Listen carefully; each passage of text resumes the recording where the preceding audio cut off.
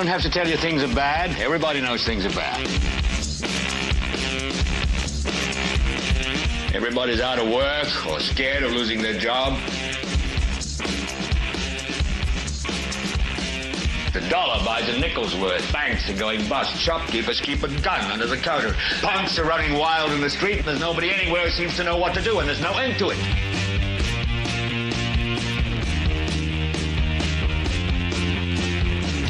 The air is unfit to breathe, and our food is unfit to eat. We sit watching our TVs while some local newscaster tells us that today we had 15 homicides and 63 violent crimes, as if that's the way it's supposed to be. We know things are bad, worse than bad. It's like everything everywhere is going crazy, so we don't go out anymore.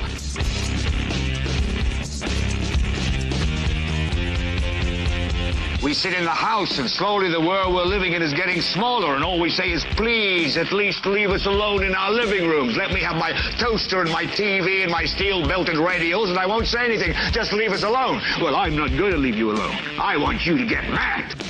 I don't want you to protest. I don't want you to riot. I don't want you to write to your congressman because I wouldn't know what to tell you to write. I don't know what to do about the depression and the inflation and the Russians and the crime in the street. All I know is that first, you've got to get mad. You've got to say, I'm a human being. God damn it. My life has value. So, I want you to get up now. I want all of you to get up out of your chairs. I want you to get up right now and go to the window, open it, and stick your head out and yell, I'm as mad as hell, and I'm not going to take this anymore. Hello there, ladies and gentlemen.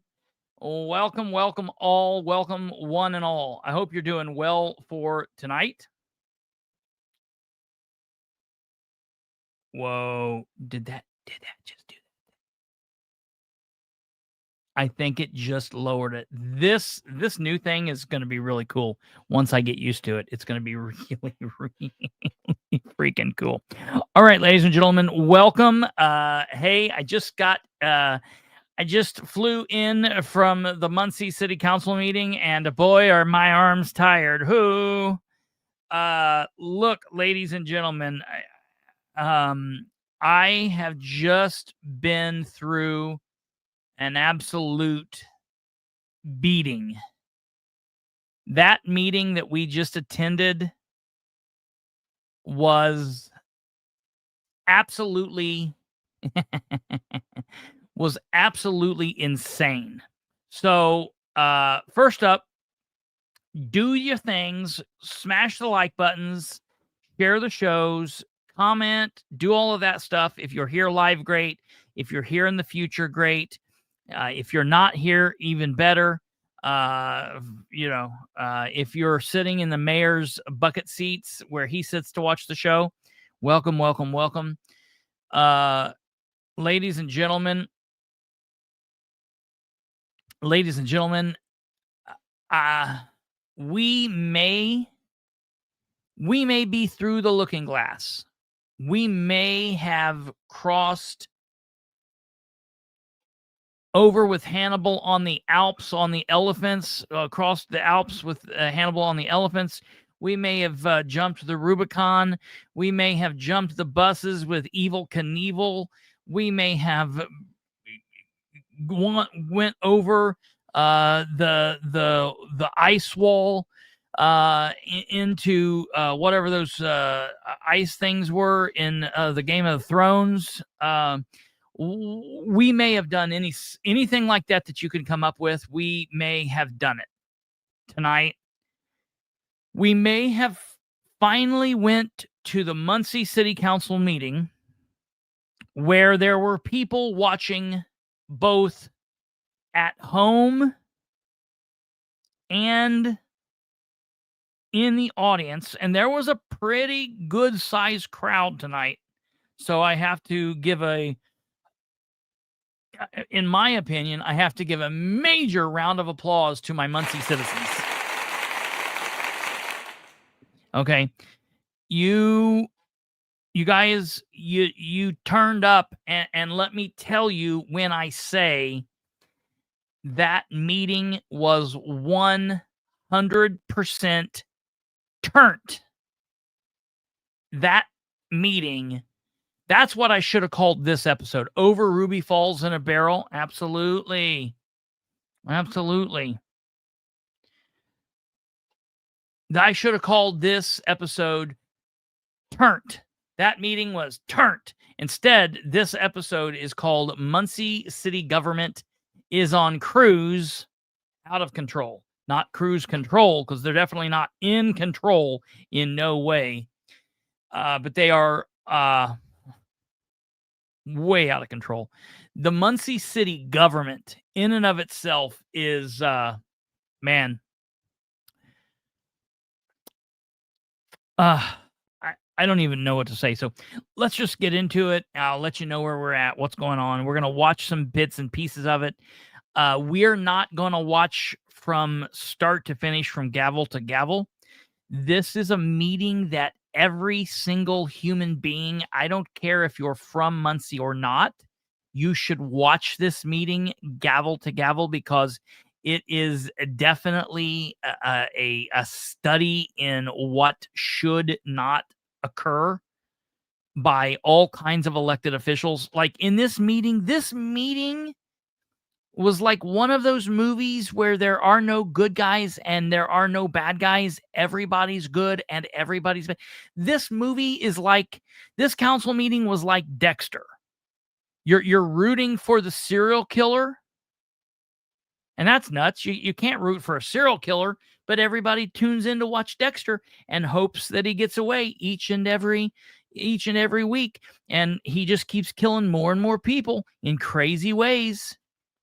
What's this raping? Nobody's going to rape anybody. That's my favorite Dexter line anyways. Always. You got to watch this meeting, man. It was a total shit show. So the meeting started at 6:45 with a public hearing. Okay. And I deduced that I live 11 minutes from City Hall.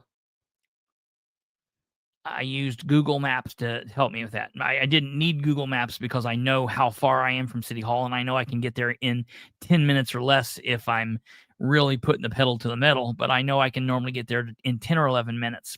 But specifically, just because I had a little bit of time, I went to Google Maps and it told me what I knew. Yep, you can get there in 11 minutes. I also knew that I didn't care about speaking during the public hearing. The public hearing was not about the budget. It was about some other nonsense. So I had no reason to talk. Hey, can you star that comment? I'll come back to that comment from Alva. That's a really good comment, and I will come back to that. I'm not going to answer it just yet, but I will come back to it. So I deduced that I had 11 minutes from home to the council meeting.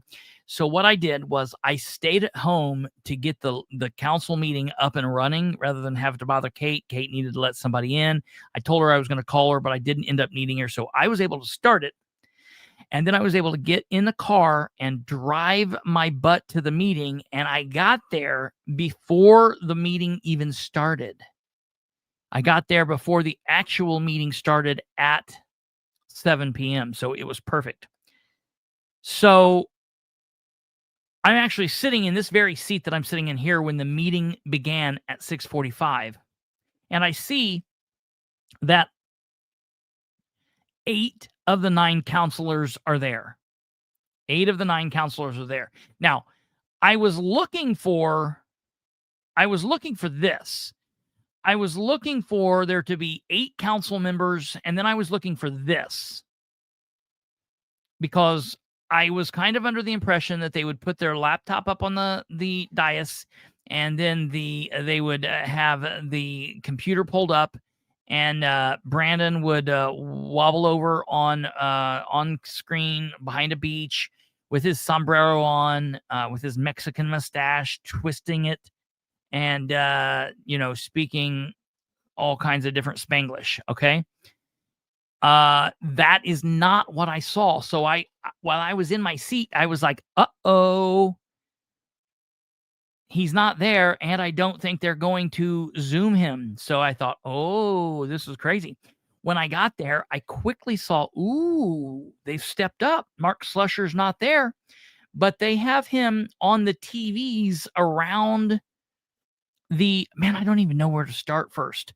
Do I start talking about the meeting? Do I start talking about what I found out about Brandon? Do I start talking? Okay, I'm just going to go in. I'm going to go in in order. Okay. So I get there and I'm like, oh, Brandon, this is big time. Like I'm gonna have to eat a little bit of crow because they got him up on the thing. you knew I wasn't gonna eat any crow. Because do you remember me telling you that there were a couple of things that I knew and that I was going to talk about, but that I was not going to talk about until I got to the meeting? Do you guys remember me saying that during the shows, that there were a couple of things that I've been writing down, I've been doing research, and that there were some things that I was not going to tell them, and I wasn't going to mention to nobody. I wasn't going to tell you guys. I wasn't going to tell anyone. Remember that? Okay. Well, one of those things I was going to talk about straight out of the gate. And I thought that there might even be a possibility that I would have to just shout it out and they would try to gavel me, but we would have a shouting match and I would overspeak them, because there's this little itty bitty rule when the Indiana State Legislature changed the law that said that council members can Zoom in and vote on council votes, that they can do that no more than 3 times a year. Okay. And they can vote on almost anything, but what they can't vote on via Zoom is new money issues and budget issues.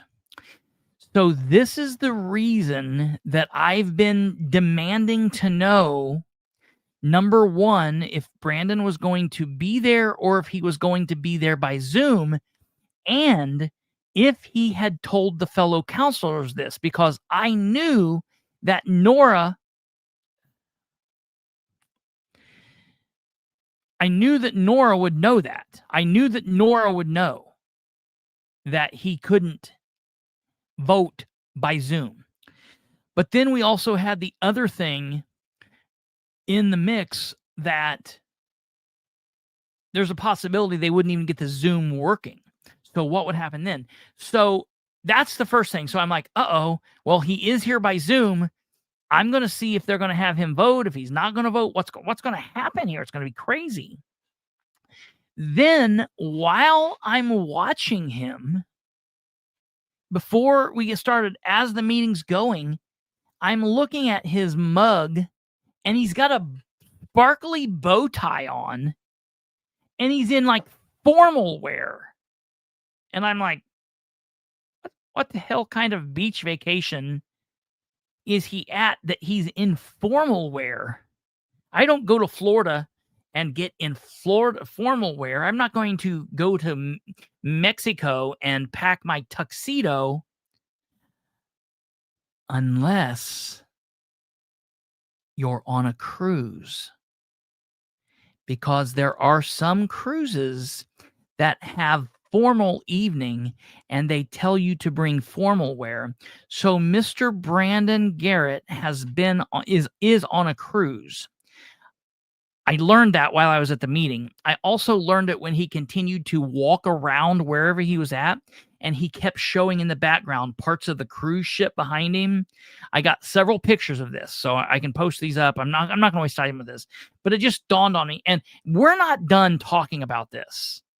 I'm going to get there. Just bear with me, because everyone's like, well, why didn't you mention this? So I'm sitting in the seat. Then, while the counselors are doing the Pledge of Allegiance and they're going through like the roll call and doing all of that, I start getting inundated.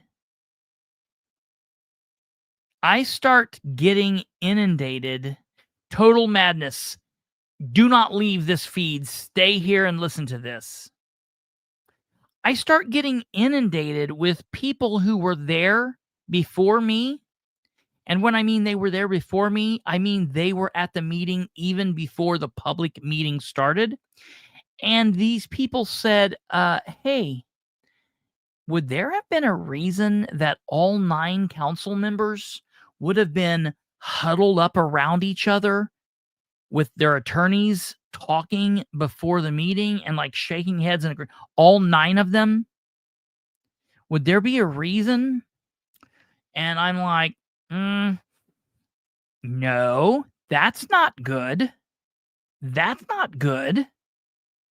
And I'm like, I wonder. Yeah, 8 of them. 8 of them. I wonder why that would be happening. So I'm messaging these people, and one of the persons that sent that to me said, I don't know. I didn't hear them say anything. Another one said, I don't know. I didn't hear them saying anything. But thank God that 3 people text me this, because the first person that texted me, which would happen to be the last person that I asked, that person, well, he heard every single thing that they were talking about. And ladies and gentlemen, they were talking about the budget vote, what they were going to do with it. Are they going to vote on it? Are they not? They were talking about taking action on voting. They decided that they were all going to vote a certain way. They decided that was going to be the vote. They decided when their next meeting, when their special meeting would be into the future.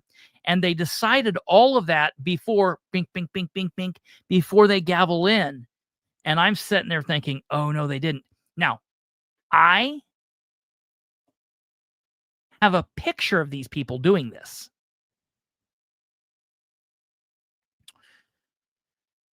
But not just that, they also admitted it to me on the record. So I'm thinking, oh, my God. So I was actually told ahead of time. Now, listen to me.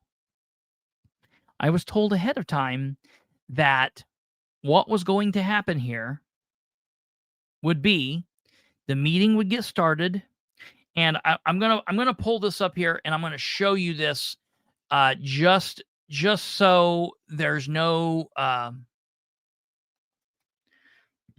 so we're totally in the clear on everything, and you guys can see. I need to pull the agenda up here. Give me 1 second here. I want to pull this up so you guys can kind of walk along with me while we talk about this. So, all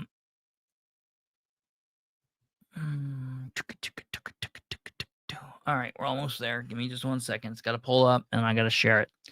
I'm sorry we're coming to you a little bit late. The meeting got over late. It is what it is. I didn't want to wait. This couldn't wait until tomorrow. We needed to talk about this tonight.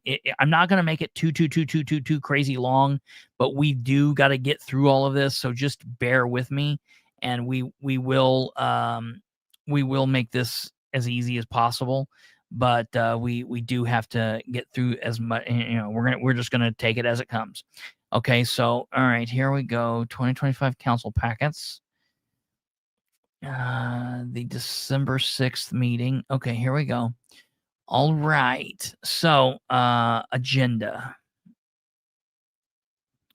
Okay. So, now I can share this with you all.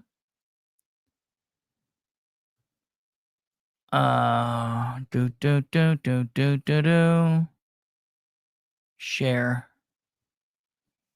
Oh, then go get the kid out. But just go get the kid out of the shower and still stay here. You're on your phone. Put it on your phone, bro. Because it's going to be a long meeting. I don't need you. You need to listen to all of this. I don't know. Take all night if you need to. The old man said take any rug in the house.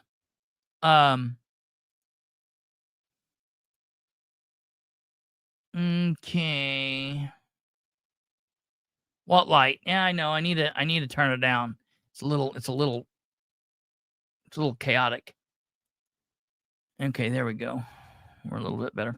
All right. So here's the agenda. And I'm going to blow it up so you guys can see it. Okay. So, okay.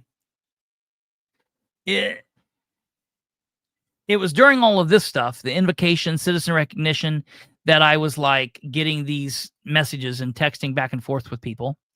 Okay. Then they did the approval of the minutes, the appointments to boards and commissions, the committee reports, the ordinances previously introduced. And then, so the very first ordinance that the council would have discussed in tonight's meeting would have been Ordinance 2625. But yet that's not what they did. They said, hey, we need to have a little bit of housekeeping. Okay. Now, I'm going to pull this up and I'm going to let you guys hear what went down. I'm going to let you guys hear what went down during this time, because this is important. This is absolutely important. Oh, God. Hold on. Get this out of here. We got to reshare it.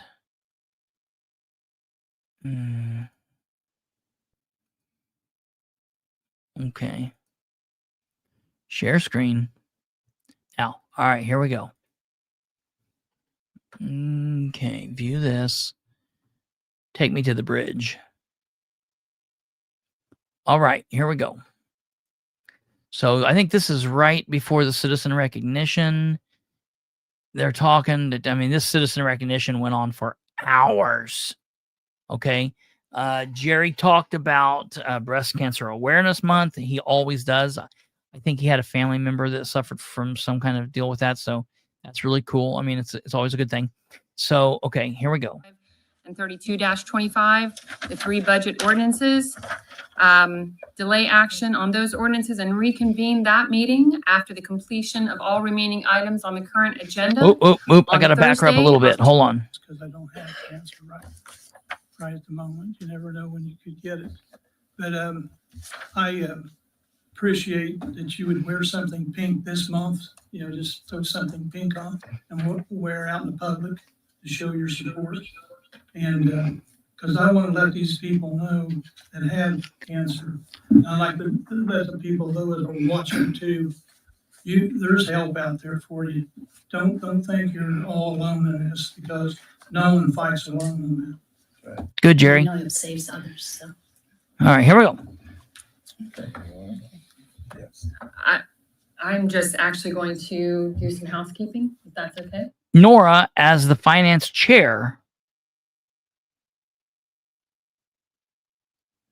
Why is who echoing so bad? I don't think he's echoing. I just don't think I am, or Jerry was.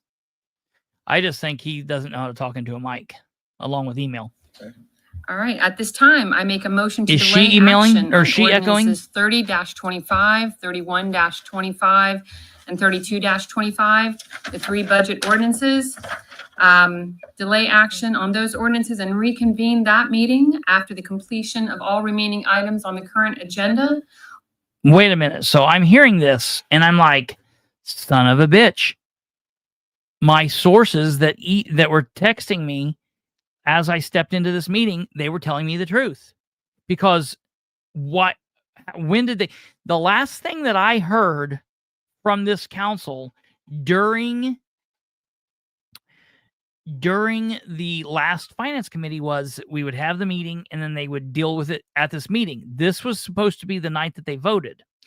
Keep in mind, I have been asking Brandon if he notified these people that he was going to be out of the area and if they were aware that he was going to try to zoom in or whatever, because they would need, their special protocol that would need to go in place, that really he couldn't do that. He needed to have his ass in the council chairs like everyone else.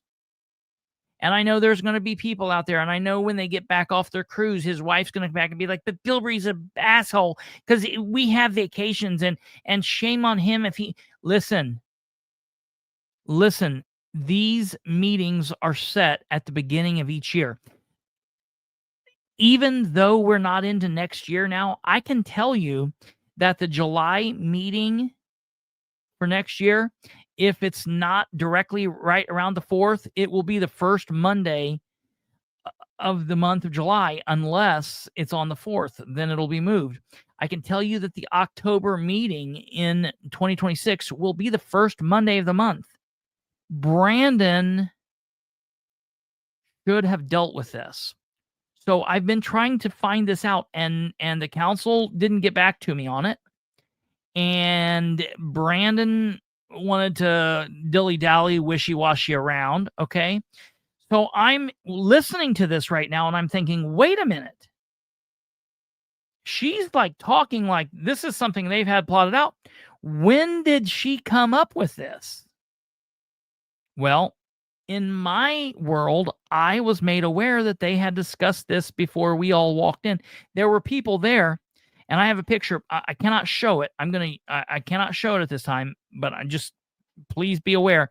I'm aware of this, okay? And so I'm thinking, boy, I hope they open this up for time to talk, because I want to talk about this, and I might not get to say anything to them about this until the public meeting, the public comments, because they're not going to let me get up and talk during another ordinance about these ordinances. So I was kind of panicking, but I was like, I need to bring this out. Okay. On Thursday, October 16th at 7 p.m. solely for the purposes of considering those 3 budget ordinances. A second. Move on.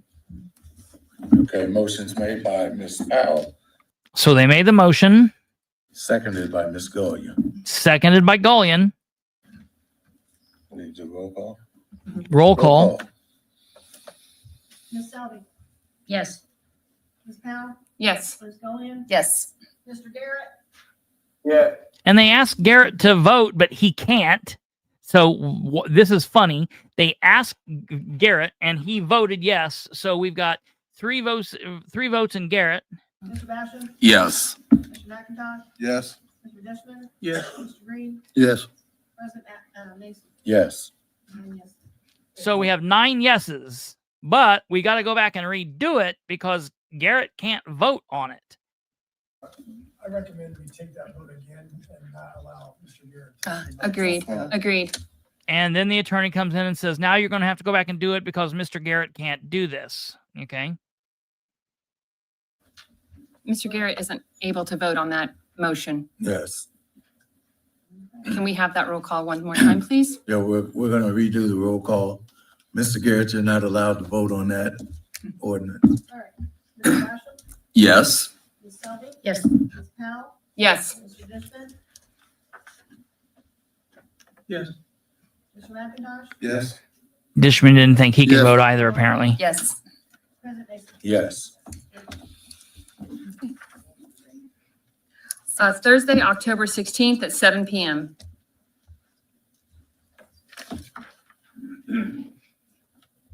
Mr. Mason, may I Yes. explain why we did that? Council did that because we cannot proceed with any other items on the agenda and have Mr. Garrett, Councilman Garrett vote on those if those budget ordinances are open and up for consideration. So we are delaying action on those 3 items, and we'll reconvene this meeting on Thursday, October 16th at 7 p.m. to address those when Mr. Garrett is back.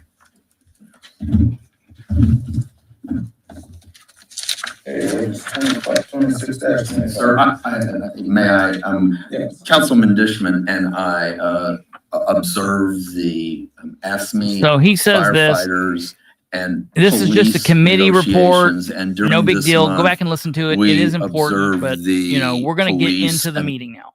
Indiana. I grew up in Muncie, born and raised.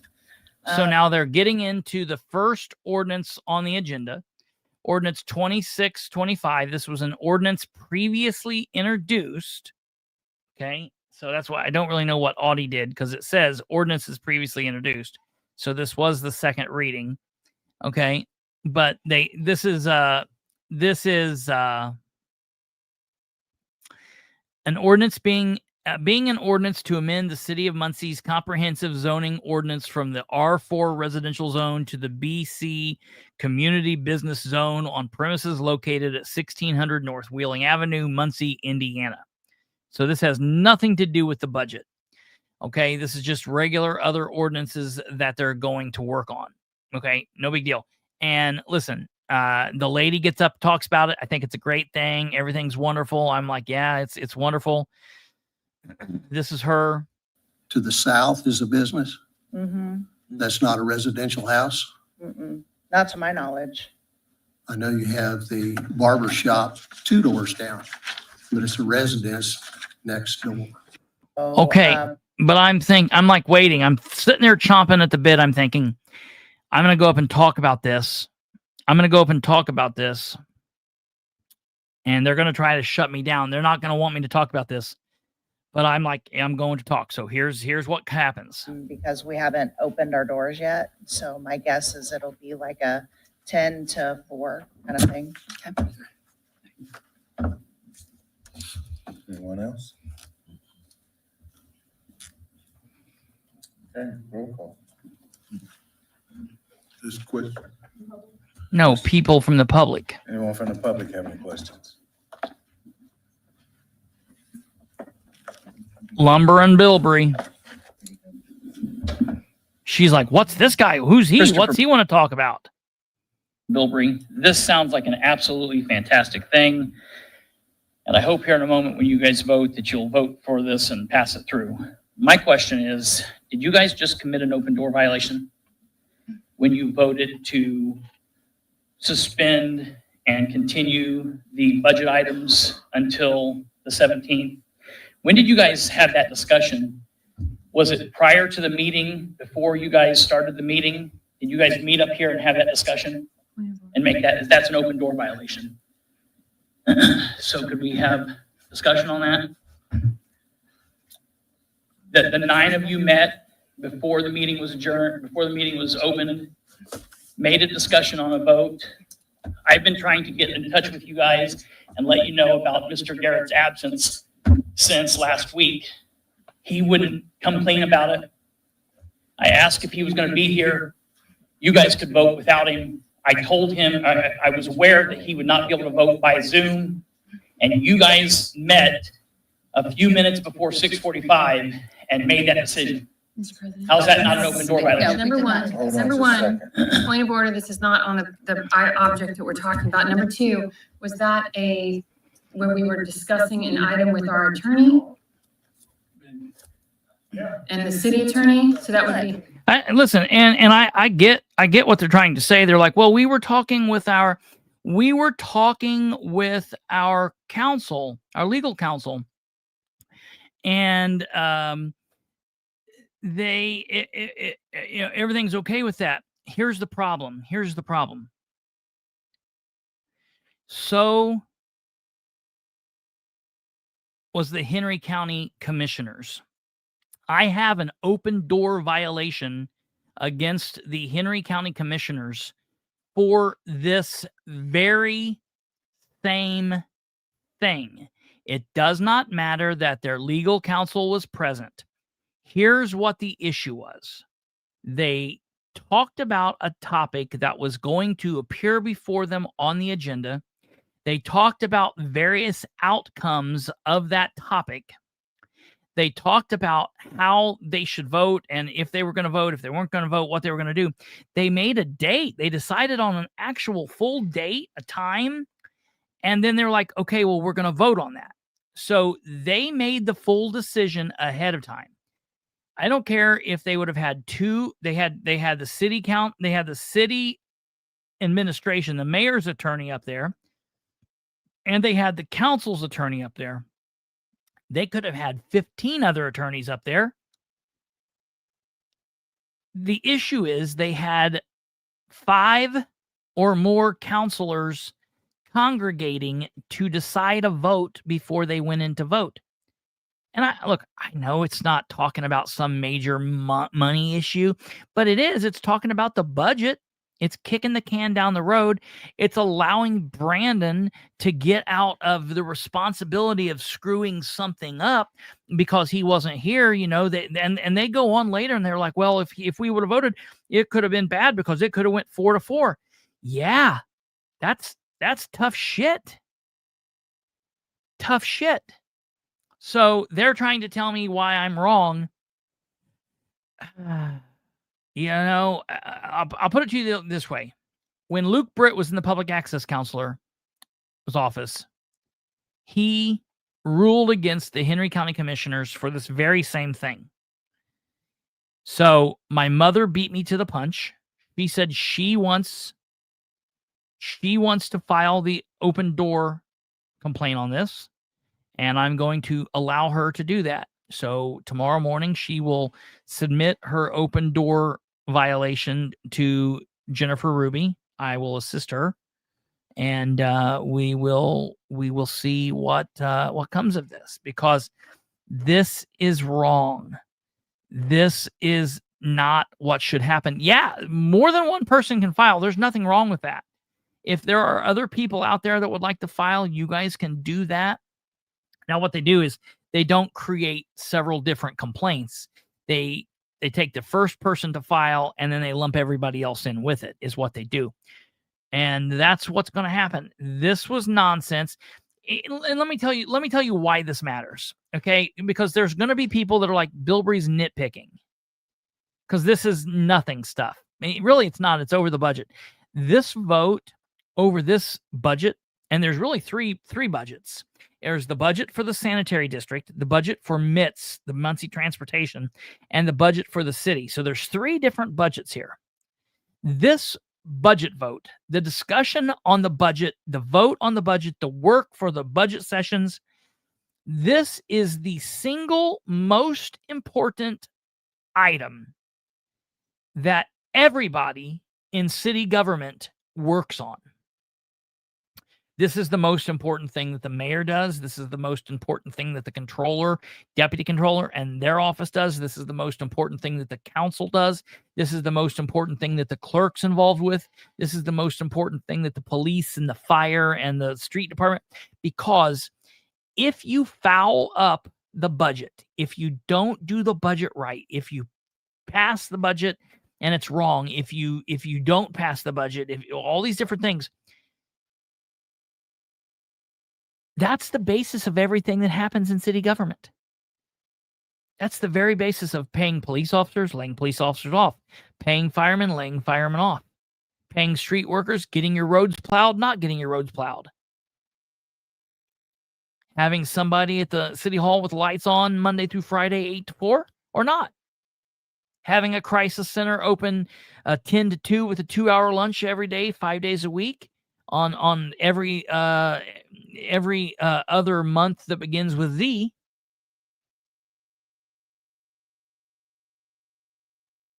Well, I'm going to tell you why they would bail Garrett out like that. Because Garrett is now on Team Rhino, and the Republicans and the Rhinos have teamed up to basically say they're going to do what Dan wants. And so they didn't want one of Dan's people to be the foul up in this. So they bailed him out. They bailed him out. So we'll go on. But plus, sorry. Yes, Sarah. I think what we were discussing though is if this were to happen, if we had a date, because we wanted to make sure, we wanted to get a date. Yes. So that if it passed, Could you we could, discuss that we could. during the meeting? What A was date? We Yeah. wanted, Oh yeah, the date.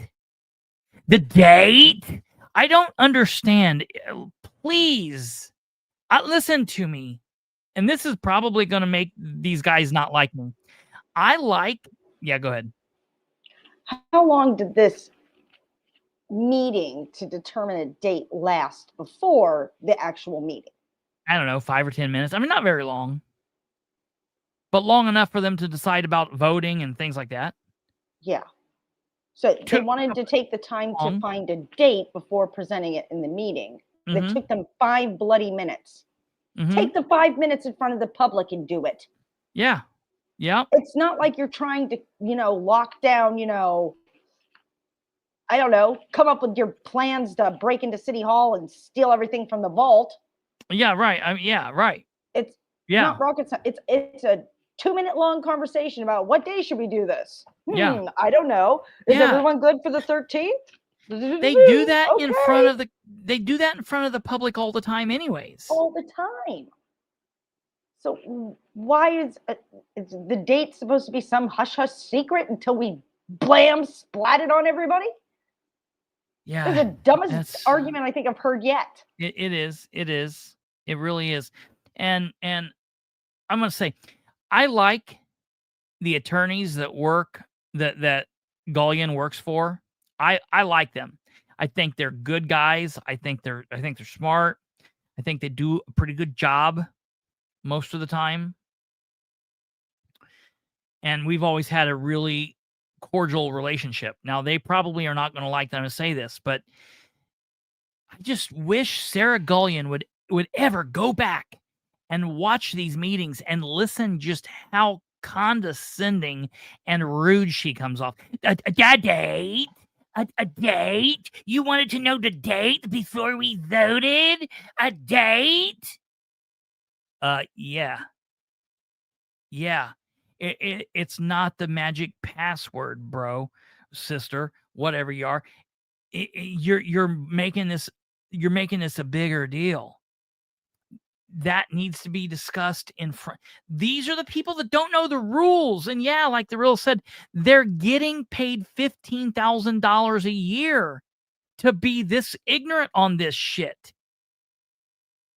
Have a Point of date. meeting to discuss We that wanted to have a date. before the meeting. I'm telling you, we wanted to have, this is my understanding, is that we wanted to have a date so that we could tell everyone we wanted to be transparent. We want. Okay, well, so I'm going to tell her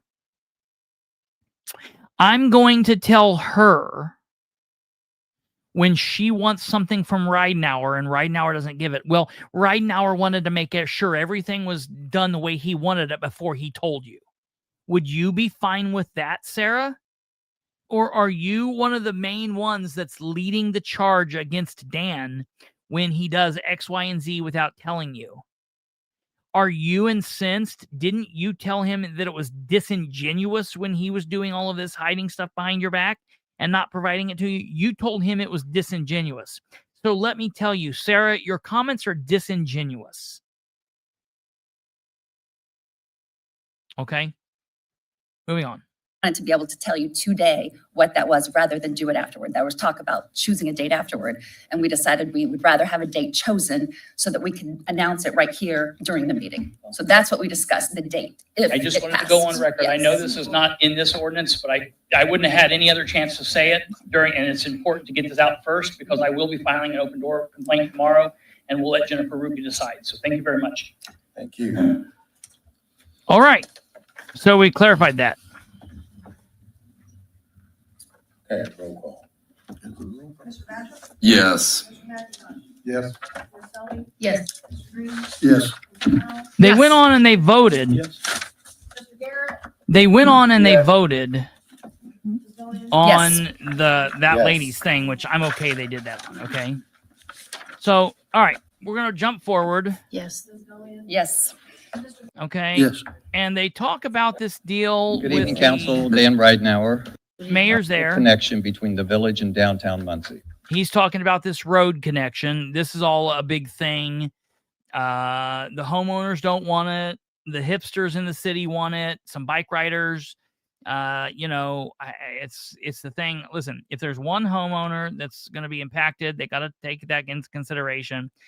This is a whole big thing. It's a whole Ball State University, City of Muncie. That whole thing that they do. It's this dance with the devil that all politicians in Muncie do. And it is what it is. Okay, we're not going to listen to this because this doesn't have a whole lot of bearing on the rest of the meeting. They do end up tabling this, and this was a motion made by Jeff Green. And I love what he said. Sounds like there's a lot of other information that we need to still continue to gather. So why don't we go ahead and table this, and so we can continue gathering information. Boom. Boom. Jeff, you coming out of left field there, Mr. Green, Councilor Green, with some pretty good common sense about this. And I give him kudos for I saying understand he that wanted some to members table of the it. Riverside There were Normal lots of different Neighborhood. people that talked. I agree. They at one point they decided to just say, hey, we're going to table it in the middle of allowing people to talk. And so they stopped people from talking, after which I agree with what Nora said. Nora said, look, I mean, who would have thought that the sequel was going to be like Nora and I teaming up for like a buddy comedy. You know what I mean? Like it is what it is. I can't help it. If the Ridenhour administration wants to continue making themselves look like gigantic assholes and doing just the dumbest stuff possible, and Nora is going to be there in the right, there's going to still be stuff I disagree with Nora about. Nora's not going to like things that I say or do.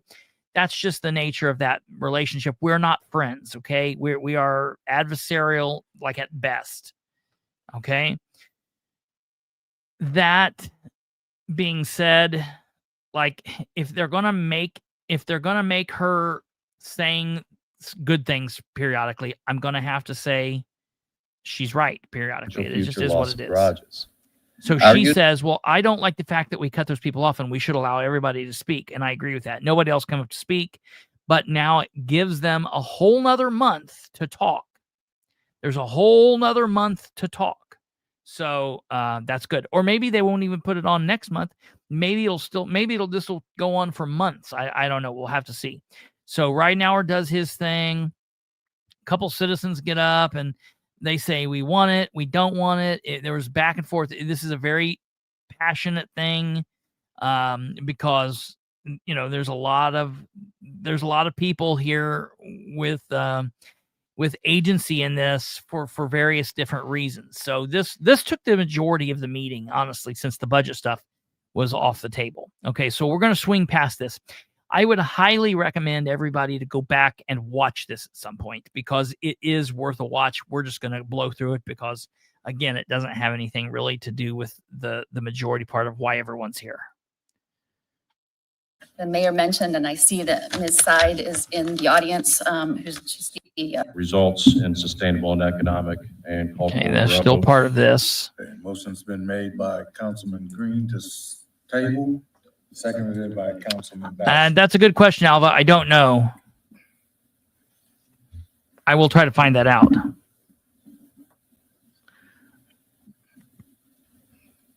going to finish the public discussion first. No, there's no discussion. You have roll call. Okay, so we get to vote. Okay. Vote, roll call, and take roll call. Ms. Selby? Yes. Mr. Yes. My mom's caught up about Roe trying to get into Yes. hearsay. Yes. Mr. Dishman? Yes. Ms. Powell? Yes, that is Yes. right. Mr. Green? Yes. When I tell you I don't know and I'm going to get back to you, I do get back to you. That's true, Rachel. Okay, what you're noticing up here, because Brandon had been there.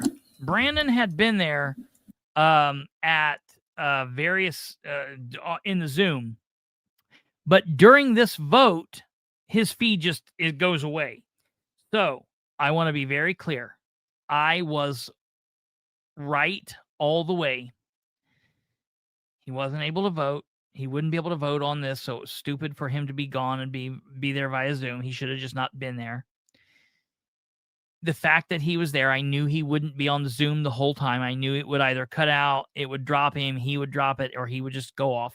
Okay? So it's funny to me that literally everything that I predicted. And what's funny is there are still people out there that like to say Bilbrey doesn't know what he's talking about. Bilbrey just talks in innuendo. Bilbrey just makes a mountain out of a molehill. Bilbrey just opens up a can of worms and he never gets the information. Hey, look, listen. Christopher Bilbrey is right. Like 99% of the time. I'm sorry. I wish it was different. It's not. It is what it is. I also am wrong, and I admit when I'm wrong, and I'll tell you when I'm wrong. You know, that happens. I do want to go back real quick and let you hear one thing from Ridenhour's speech. In between the village and downtown Muncie. I understand that some members of the Riverside Normal neighborhood do not support the proposed ordinance. At my request, Chris Palladino met with the neighborhood's executive committee on September 24th. During this meeting, Chris responded. That's what he calls me. He likes to call me Chris Palladino. I don't, that's a little love name he's got for me. So listen to what he says here. I'm going to go through and I'm going to pick out these little bits of speech. Listen to what he says here. With the neighborhood's executive committee on September 24th. During this meeting, Chris responded to the concerns about this proposed ordinance specifically. Chris responded. I'm gonna cut that. Chris responded to the concerns about the ordinance. Check. Okay, that's a great sound clip. What else you say, Dan? Chris provided the following information. Number one. Chris provided the following information. Excellent. Okay. All right. And I'm going to click that and then I'll be able to say stuff. Okay. What? The individuals who attended the meeting indicated that University Avenue was not their preferred route for a connection between campus and downtown, but constructing a shared use path along Riverside Avenue, their preferred route, poses several significant challenges, including acquiring right-of-way from private property owners. Moreover, this alternative route does not provide a direct connection to the village. Number two, the people who attended the meeting also indicated that losing on-street parking spaces along University Avenue would harm the village, given the increased demand for parking. But earlier this summer, City Council unanimously approved an ordinance that added... It's not me. It's not. This is not me. This is a joke. This is not me. This is the guy from Ball State's name is Chris Palladino. But I just thought that it's funny that he just kept saying Chris. Chris is right. Chris said this. Chris did this. I'm like, I'm going to go cut those out and then use them as parodies for shit. That would be perfect. 42 new public on-street parking spaces in the core of the village. In addition, 47 additional new... Take that trash off there. She's getting ready to get fired as my co-host. She knows I'm right more than a third of the time. Are you kidding me? What does that say for her? Who would sign up to be on a show with somebody who's only right a third of the time? Are you kidding me? On-street spaces will be added with the completion of these new projects. With these changes, we estimate that now more than 1,750 parking spaces will be available within a 4-minute walk of the village. The parking map is available on the village website. Number three, the people who attended the meeting also indicated that removing on-street parking along University Avenue would lead to increased speeding. During the meeting... Hey, Total Madness, I got something to talk to you about that. I think the other day I told you I had something to say to you, but I forgot what it was. Remind me. I have to talk to you about that. I got some information, but I cannot share it right here, right now. Chris provided multiple data sources. Oh, that's the other one. Chris provided multiple data sources. I was like, yeah, right. You know he did. All right. Okay. So moving on. That voice, because I feel like, yes, people from Haltman want to go downtown, but okay, we'll jump forward. Kirby's addition to the city of Muncie, Indiana. Okay, this is another part that was just quick. Council Bashman, yes. You withdrew this resolution. Okay. Oh, God. All right. Now we're into resolutions. Yes.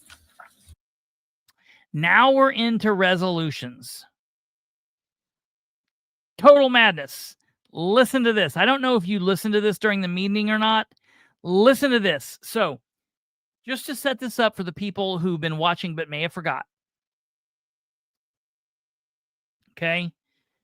Last month, there was a resolution that Basham put forward. It was resolution 16-25.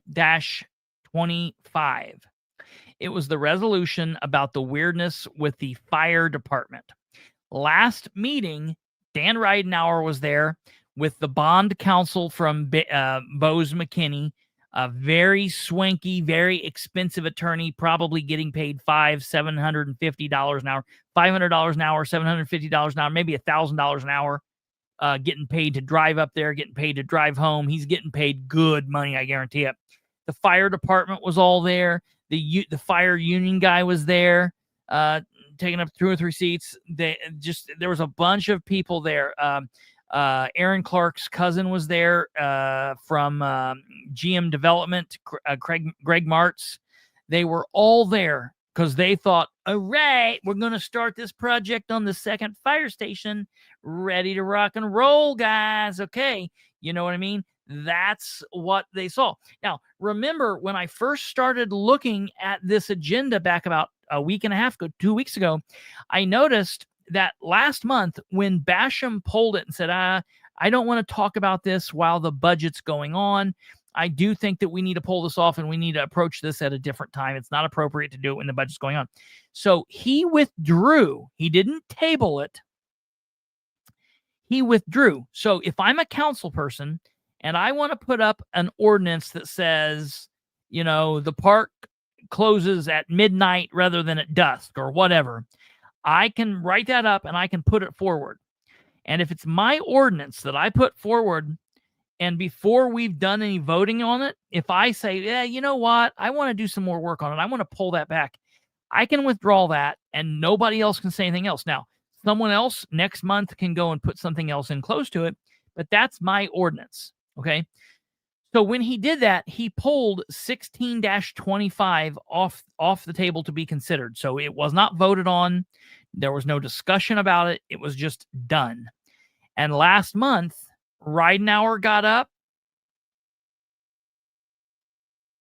Okay, then you're going to want to listen to this. Listen to everything I'm saying here, Rachel. Ridenhour got up. He was mad. The fire department was mad. Craig March was mad. The Bose McKinney Evans, he probably wasn't happy, but he's getting paid lots of money to be there, so he don't care. So they got up and they walked out. Well, then 2 weeks ago, when all of this got set for this meeting, I noticed that we had a resolution 17-25 on the thing. And I was like, wait a minute, 17-25. And I read it, and it was the same bloody ordinance or resolution. It was the exact same resolution as 1625. I was like, why did they change the number? And in the copy that I read and that I saw, in the copy that is online, it has Basham's signature. Basham's signature is on the sheet, okay? And I'm like, I don't understand. So let's take a look at this so you guys can see it. Okay. Here it is. Look. It was filed on September 22nd.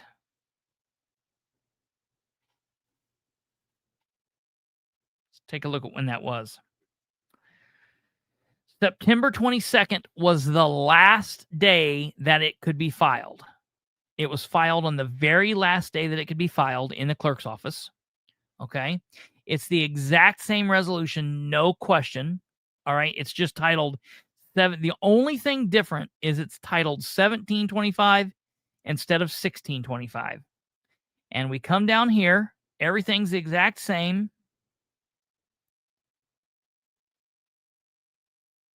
And here's Basham's signature. Okay. So I saw that. We see that on there. Now, you know what I'm going to do? I'm going to pop that over there for a second. Okay. We're going to share this. I'm going to bring this down here and let you see this. Let you see Basham's signature. And we'll blow it up so you guys can see it. And I'm going to pull up resolution from last month, and we're going to take a look and see if something funky happened here. Okay, let's go look at resolution 1625. This is going to be really interesting.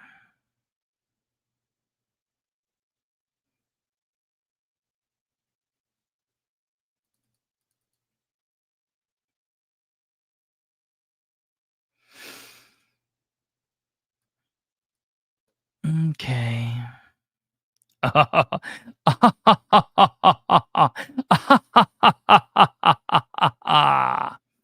All right. Well, so let me tell you what they've done.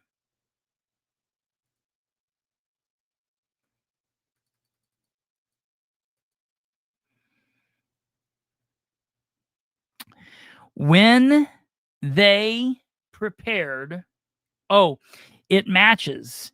Here's the problem. It matches too good. It's the same damn page. So in Resolution 1725, you see this sheet starts with passed and adopted, the Common Council, It's got their names. This is the signature page. Page 3 is the signature page. See it right there. Okay. I'm going to blow this up so we can look at this signature. But we're not only looking at their signatures, we're also looking at the controller, Craig Wright's signature. We're also looking at Dan Gibson's signature. Okay. Looking right here. Okay. See how close that is? Now, we're going to go over here and we're going to take a look at this. I want to show you. Look what we got over here. This, ladies and gentlemen, also is passed and adopted. Look, this is signature 3, and we're going to blow this up. And we're going to look at this, right like this. Okay. There's Dale Basham. The Craig Wright is right through the B, down through the E, and at the bottom of like the L, okay? And we see where it comes up here. The line comes up here just at the end of this line. We're going to go look at it on the other page. Here it is on the other page. They simply copied page 3. That's all they've done here. They copied page 3. This signature is the exact same signature as this. There you go. More. Oh. Well, Admiral Eric, listen to this, okay? So I wondered what happened here. I wondered why the numbers were different. Let's go back and let's listen to what the council says, and let's let them tell you.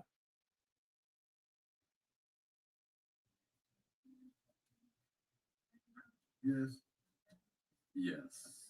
Yes. Yes. Yes.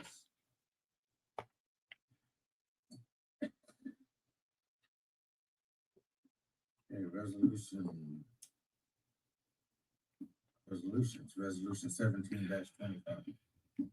Resolution 17-25, a resolution of the city of Muncie, Indiana relating to the financing of a fire station project and approving a form of taxpayer petition in the connection with it therewith. I'd like to say something real quick if I can, Mr. President. Yes. Council Bashman, you withdrew this resolution at last council meeting. I did. To give us the full attention that we can devote our time to the budget. I did. Can you explain why you refiled it in the last 2 weeks, right after that? I did not refile it. It was refiled, I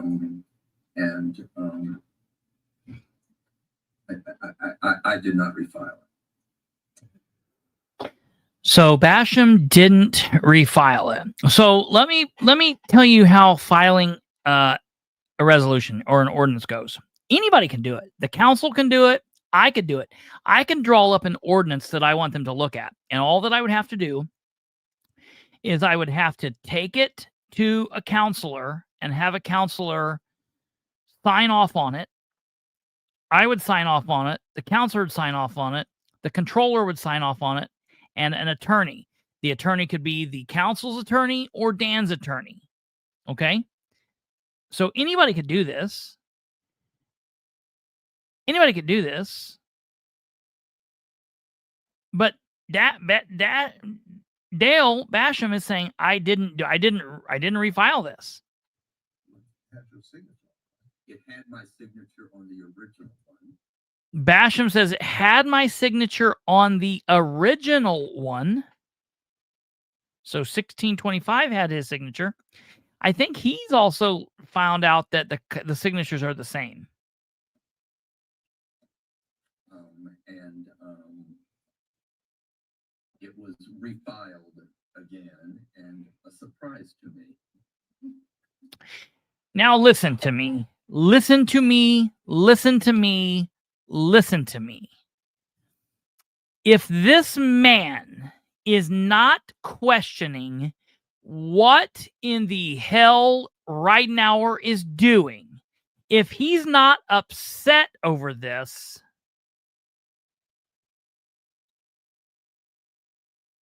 I got nothing else for him. He should be bouncing off the walls mad about this. If this is not making him question everything that Ridenhour's done and everything Ridenhour wants to do and everything else from evermore here from here on out, there should be a problem. He should not. Now, look, he doesn't look like he's okay. He looks like he's upset. I'll be honest. He acts like he's upset. Now, I wish he would have been more vocal and said more things, but maybe he's like, I'm going to try to take care of it in private. I don't know, but I'm going to be working with my sources really closely to try to figure out what his actual thoughts are on this, because I want to know. I want to know if he's happy, if he don't care, if he's like, I still want to be a voice and a vote for the mayor, or if he's starting to see, hey, something is wrong here. Can I show you something fun?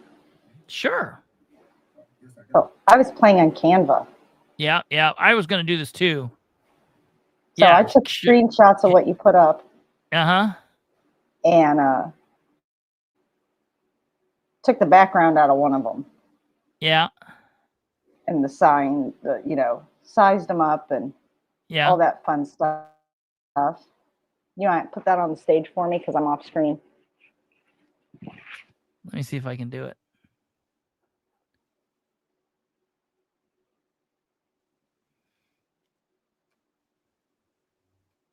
Let me know if you got it up.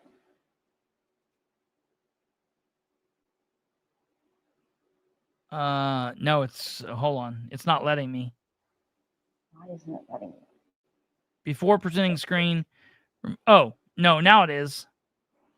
Oh, you got it up? Oh, there we go. Yep. Okay. Hold on. Let me go over here so I can see it. Okay.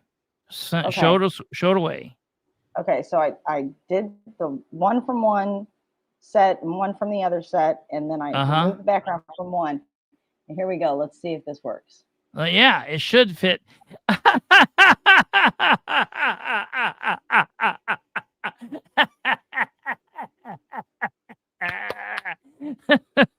was going to do this. I'm so mad you beat me to it. I was going to do this the minute that I saw this.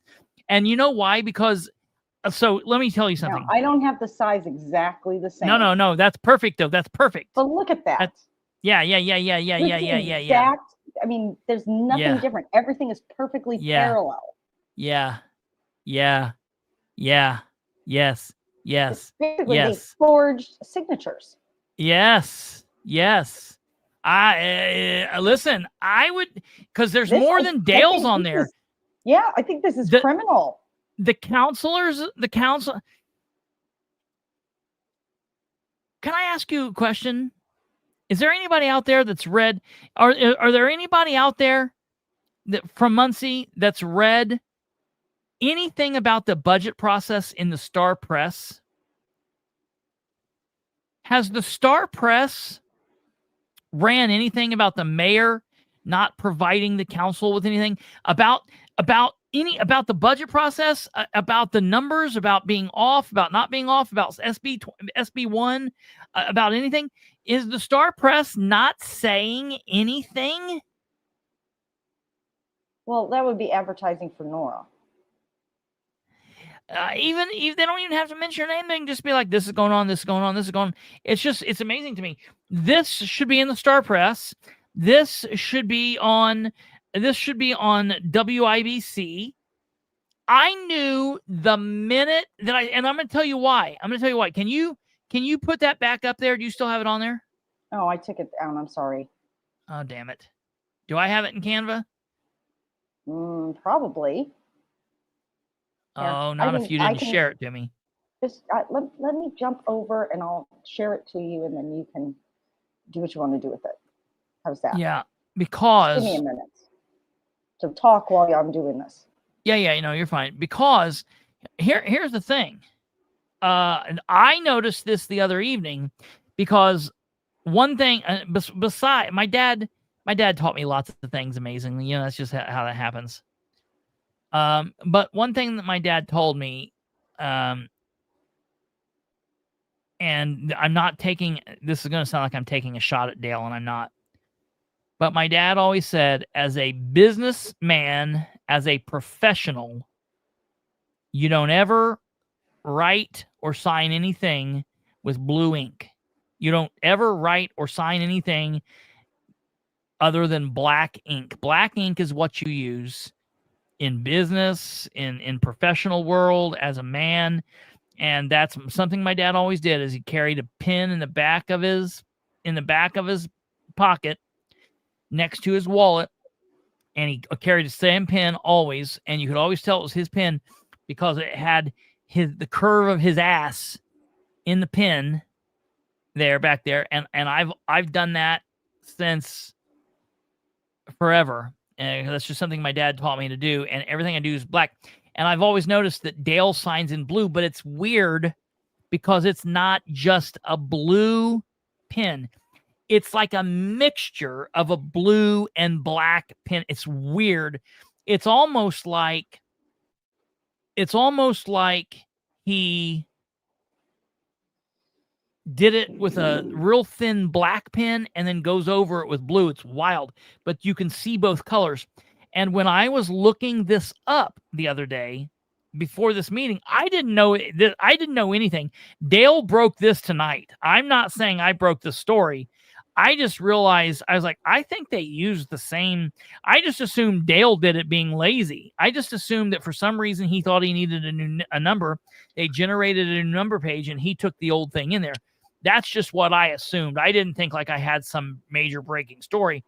But what Dale dropped tonight is big time. I want to know, would this be considered criminal? Well, so my mom was talking to me about this. My mother was an investigator in the Delaware County Prosecutor's Office and dealt with things like this. And my mom was talking to me about it, possibly being fraud or forgery. Forgery is a different type of a thing. Forgery is generally my area of expertise is not property crimes. My area of interest is narcotics and murder and things like that. That's my area of expertise. It's fraud or forgery that people get backwards. That one of them is not what you think that it is, but people use it wrong all the time. And I'm not too concerned. I will go look it up. I need to. I'm just not going to do it now. But this very well could be, because it's not just Dale Basham. It's also the attorney. It's also the controller. What other things like this are they doing? What other things like this are they just willy-nilly just doing whatever they want to do? Oh, well, we need so-and-so's signature. Just go down and get the last time he signed and put her up in there. That's nuts. Well, I think you can get to it now, Kristopher. Okay, I'm looking. Where would I see it? I started for the team. I'm also putting the link for it in the chat, because I said anybody with the link could do whatever they wanted with it. So I put the link in the chat. So I did a couple different things. I started for the team, and I don't know what any of that means. I'm going to try to get it and see if I can. Well, then created go a look at the link. Yes. I shared it. Yeah, it doesn't let me get that. Oh, yeah, it does now. So well, and I can do more. I can do more with this later. But play away. Yeah. Total madness. Yeah. If he takes a stand on this, he will be well on his way to earning my respect. Yeah. Listen, he needs to. It's not if he does. It's he has to. He does not have a choice. He doesn't get to say, well, it's okay. It's Dan doing this. There's nothing wrong. Everything is okay here. He doesn't get to do that here, unfortunately. He has to take a stand, and he has to do the right thing here. The legal counsel is out. He also is on vacation, Dan Gibson, but I'll be talking to Dan Gibson about this. I will definitely be talking to them and getting, in further order, making sure that that everything is on the up and up and that everybody knows about this, because they're going to try to say like, oh, this is, they're just they're making a mountain out of a molehill, and it's not. This is a big deal. If they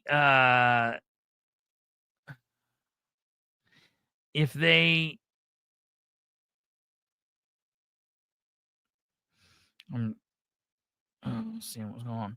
If they are doing things like this, this is definitely something that we need to be aware of. I'm looking here.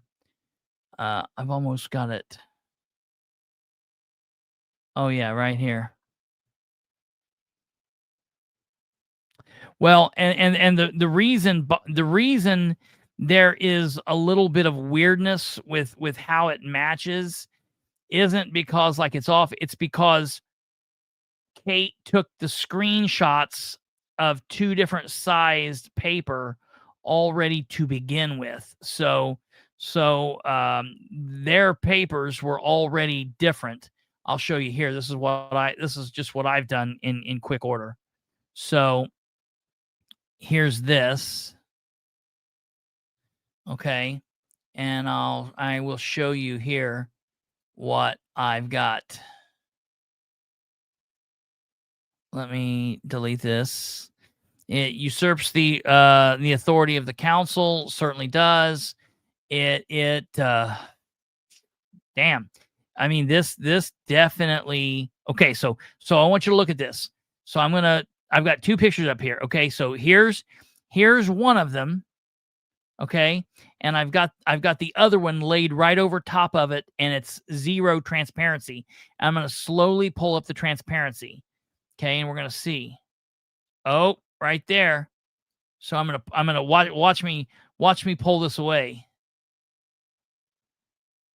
So looking at the Dale Basham, I mean it's perfect. It's there. It's there.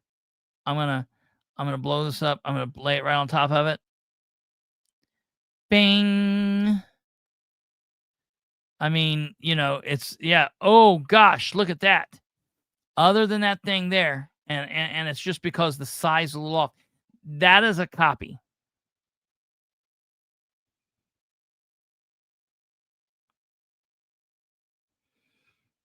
Now, we're going to listen to what else happens here, because there's more. There's more.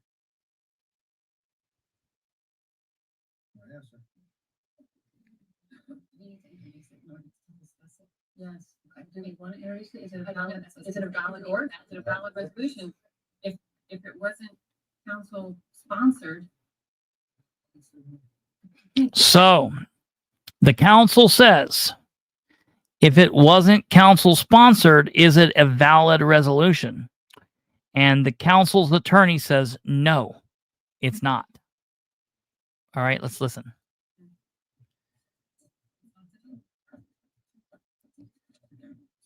So what's funny is at this point,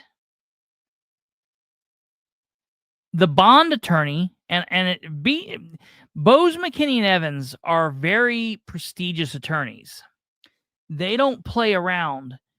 And to think that this guy was okay with just coming up and walking up to the podium and being like, because look, he was red, but he was all smiles, and he was like, I'm just going to talk to you, and I'm going to tell you why this happened, and we're okay, everything's okay, and We're just going to roll right on through. And I'm thank God the council's like, no, it wasn't a valid. So you're not going to talk. We can't listen to you because we didn't introduce this.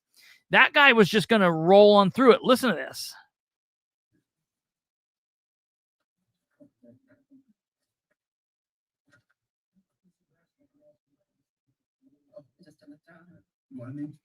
No, I think I'd rather wait until another time to present it at my choosing. Whoa! Listen to that. Another time at my choosing. To me, that's like a burn. Because like Kate said, what's to stop Ridenhour from just putting something else in, doing whatever he wants, however, whatever? He's like, that's a burn on as far as I'm concerned from Basham's point of view. I would like to do it at my choosing.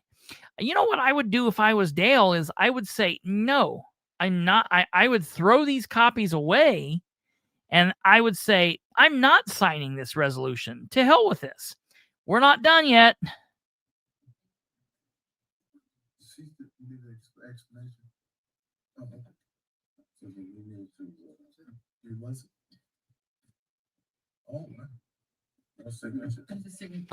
Now, there's some talk here that you guys can't really hear. I happen to be just right here in the corner, and I can hear this clearly. While they were up there saying, well, it was a signature, but it wasn't my signature, the clerk said her official copy that's in the clerk's office. Listen to this. This is where this whole is it criminal almost takes another effort, another level. It's like they tried covering themselves so that they were like, look, we didn't do anything wrong, but then they still did something wrong. The document that they took down to the clerk's office had no signatures on it. The clerk's saying it's blank. Now, I got to ask the clerk, why would you file stamp something that wasn't signed off on? That's a question that we've got to ask them. Why did you have no signatures on a document that's your official document? But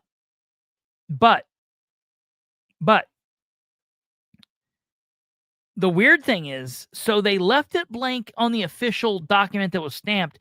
So they thought, well, we're not technically doing anything wrong. But at the same time, they then intermixed the pages with the other to go out to the council, because the picture that the public got and the picture that all the council got had Dale's signature on it. But the official copy from the clerk's office didn't have a stamp on it, or didn't have a signature on it. And that's what they're talking about down there. So now this perks their ears up more. Yes, it was on the original one. It was refiled. I don't know. I did not do it.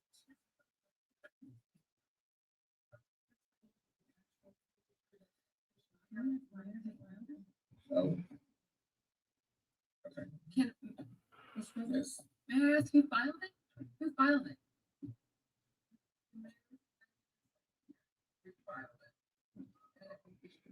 Okay. So when Nora said, can I ask who filed it?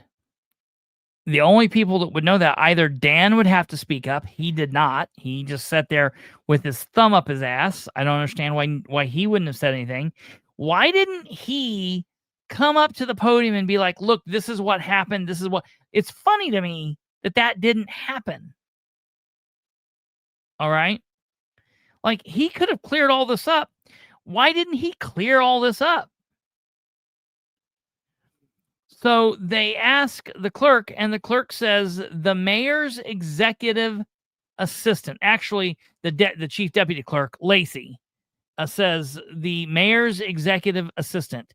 And for the record, that's Shireen. For everybody that doesn't know, Shireen Wagley which is Matt Wegley's wife, the deputy controller. So see how incestuous it all is? That's what's going on here. Okay. Yeah, nobody invited him to the podium to ask. So let's listen. So here's the bond counsel.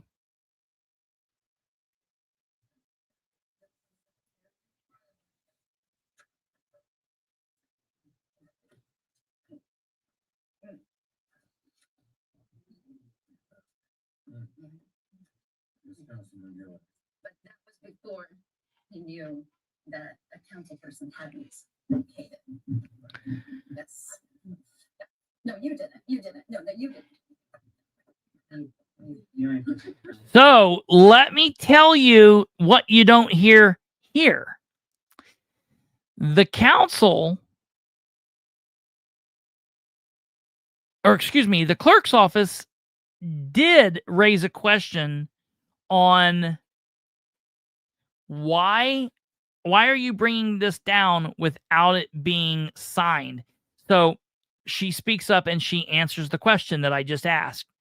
Why would the clerk's office do this and allow it to be signed without it being signed? Well, Lacey gives us the answer. He called the council attorney, Dan Gibson, and she said, hey, Shireen Wegley has just brought this down here and is going to file this. It had Dale's signature on it, and they're wanting to refile it. And Dan told her, yeah, that's okay. But because Dan's not here, and the one good thing that we have to say about Sarah, the counselor on the screen right here, she's the secretary for the council attorney. In her real day job, she's the secretary paralegal for Dan Gibson, the attorney. And she just spoke up and she said, Dan Gibson said that it was okay. That was before he realized that Dale hadn't signed it. When he found out that Dale hadn't signed it, he said, no, that is not okay. So they specifically left that part out so he could give them the answer they wanted to hear. This was some underhanded, dirty shit.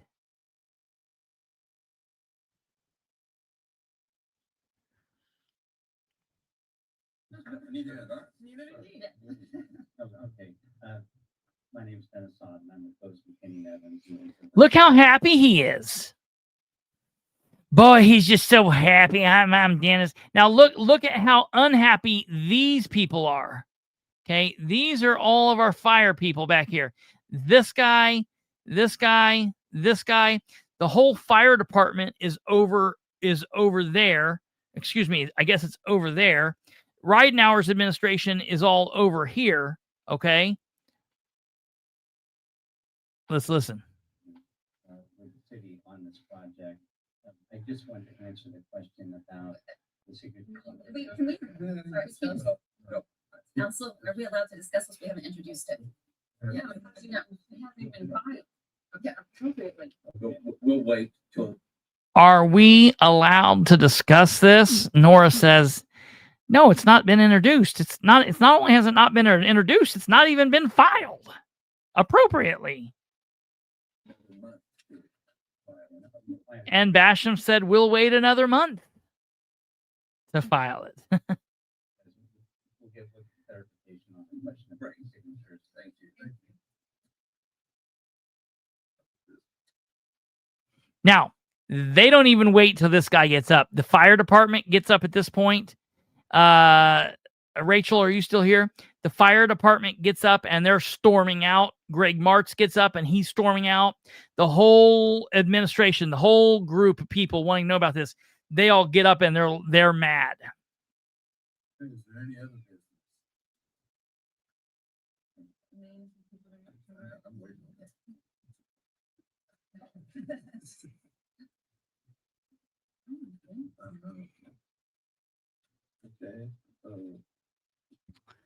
Okay.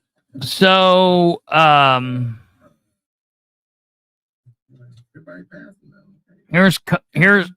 here's public concerns.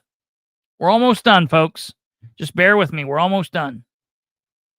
I know this is a lot, but you got to hear this. Evening again, Council. Drugs. I have one to ask for you. Can we create a board? I would like to create a board for bravery. The mayor deserves a cojones award for. What were they for? The firemen. For that resolution, Mom.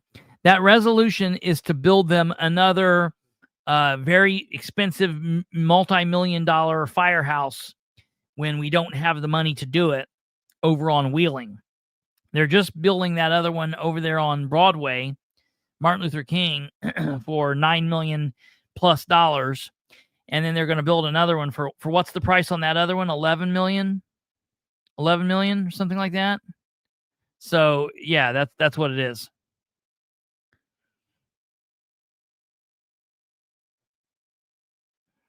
For the amount of bravery that he shows week in and week out to come here and say what he says and have the expectations he has after emailing you, because we see these things, small parts, through the city's Facebook. That's right, Kate. That's yeah. You had posted, you had been transparent about things that were going on, and the tone that the mayor had taken in one of those emails to sit there and hold a community center hostage, I find that to be ridiculous.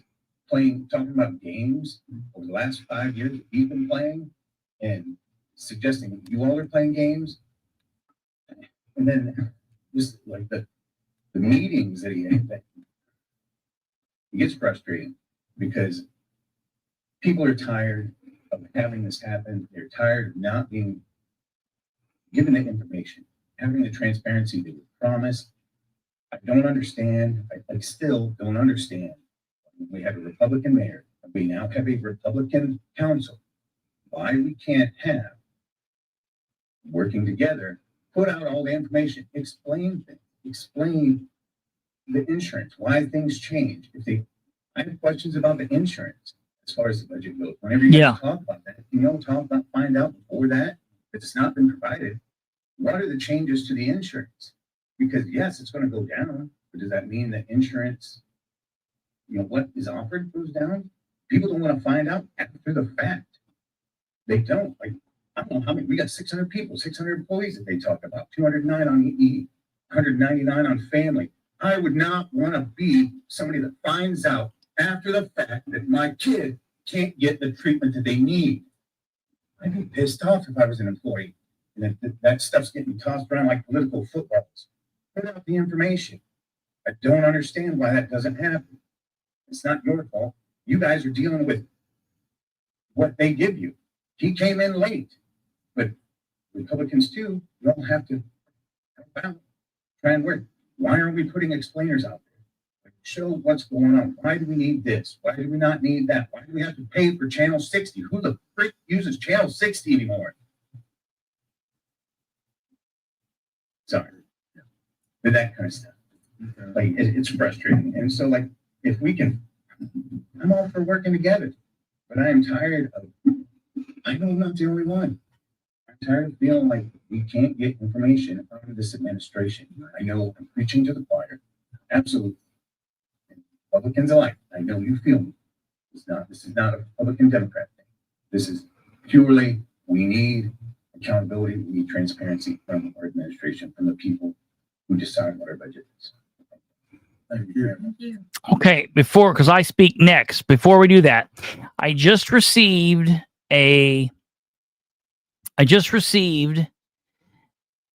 Channel 60 is the name for the communications director. It used to be called Channel 60 because that was the TV network that the people would upload to, and that's what they funded. Well, then we no longer use Channel 60, so now it's a whole nother thing. So that's what it is. But I just got this interesting picture. I just got this interesting picture sent to me by a source, and I'm gonna put this up here so we can see. and bear with me because I had to do it in such a way that I'm not giving my source away. Okay. This is a page 23 from the City of Muncie's non-bargaining unit employee handbook. Okay. I want you to look at this. Okay. It's going to be a little hard for you to see. So I'll put this out on my social media so you guys can see it, but I'll read it to you. Okay. So what this says is the picture says City of Muncie non-bargaining unit employee handbook. Failure to report any personal injury, no matter how small, immediately to your supervisor. Minor failures to follow safety rules. Failure to follow city dress code. Failure to abide by any city policy or procedure. The preceding list is not all-inclusive, or other types of unacceptable conduct may occur for which a written reprimand may be issued. Furthermore, under circumstances, a particular case, written reprimand may not be issued. The exercise of this discretion by the city is not a waiver of the city's right to issue written reprimand to the same employee or another employee for the same type of offense in the future. Number 2, discharge. It must be remembered that employment with the city is a mutual consent, and the city and the employee and either may terminate employment at will at any time for any reason. The city, therefore, may immediately discharge an employee without prior written reprimand whenever the city believes the circumstances warrant immediate discharge. Examples of the type of conduct which result in an immediate discharge include the following. Okay? And I want you to listen to what type of behavior can cause you to get discharged immediately. No ifs, ands, or buts about it. Okay? I want you to listen to this. Letter A, submitting a false reason for absence from work. Letter B, placing false or misleading information on an application for employment or other city record, or withholding requested information when applying for employment. Okay? And then there's some other things there. So, in the handbook, it says placing false or misleading information on a city record may be reason to terminate, to discharge the employment of said person. So, just FYI, yeah, there's a lot of questions that are going into this. There's a lot of things going into this. Okay. Here's the final little part here. Okay. Kristopher Bilbrey. And they're thinking, oh crap.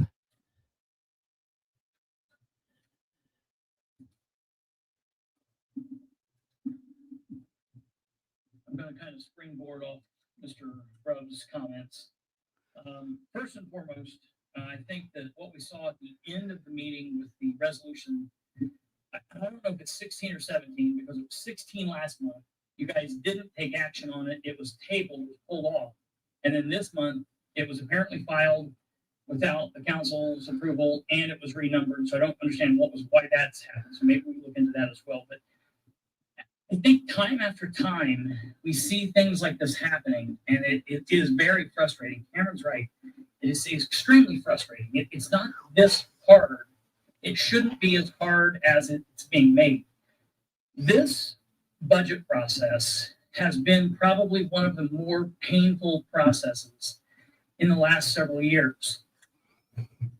I want to read a quick the end of the statement from a mayor's email from 9/24. The mayor of Muncie said, I quote, "I was never asked to be at the finance committee meeting." He said meeting, I'm saying finance, on 9/23. So I was surprised my absence was such a big deal. Had I been asked to attend, I would have been there and answered questions as well. Mr. Mayor, I know you're not here because our voice doesn't matter, but let me be the first to invite you to every public meeting from here until the end of your term. You don't need an invitation to come and answer questions. It's not that difficult. You guys need to demand that he be here. I understand he can do what he wants, but if you do that, it puts him on the spot. That takes me to the next statement. During the finance committee process, you guys multiple times would ask members of the controller's office for information. And I hear the members of the controller's office say this in other meetings, Board of Works meetings, redevelopment commission meetings. They're asked questions that they know they're coming into the meeting, and they say, well, shucks, if only we knew that this was going to come up, we could have answered this. We left it upstairs. Recess the meeting for 5 minutes. Don't say, well, we'll give you till Friday to get it. Say, we'll take a 5-minute recess. We're on the first floor of City Hall. They're on the third floor. Tell them to run up the stairs or in the elevator and get what they need. Moreover, we all remember in school where they would say, come prepared. If you're walking into a finance committee meeting and you're the administration and you prepared the budget, it's to make sense to me that they would want that budget passed. So to say, well, we provided you everything, and that everything is a graph on a half of a printer paper,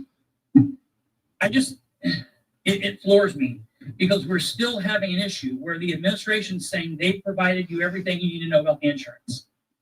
If the Muncie mayor is making the change for the insurance based off that one graph, we shouldn't be making the change. That's not enough information. And when they say, can I ask you a question? Are we self-insured or not self-insured? The cities, do we know? Can anyone answer that? In the past, we've been self-assured, but I don't know now. Okay. I'll send an email to the controller. And that brings me to my last point. And I thought very long and hard about saying this, but I've got more comments to make about this, but I want to speak it. I want the mayor and the controllers to be here when I talk about this. So I guess I'll wait. Absolutely, Delaware County Advocate.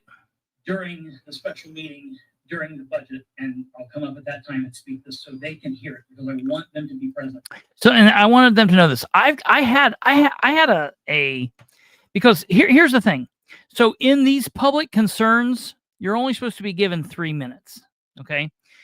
When you're speaking during the ordinance, they don't give you a time.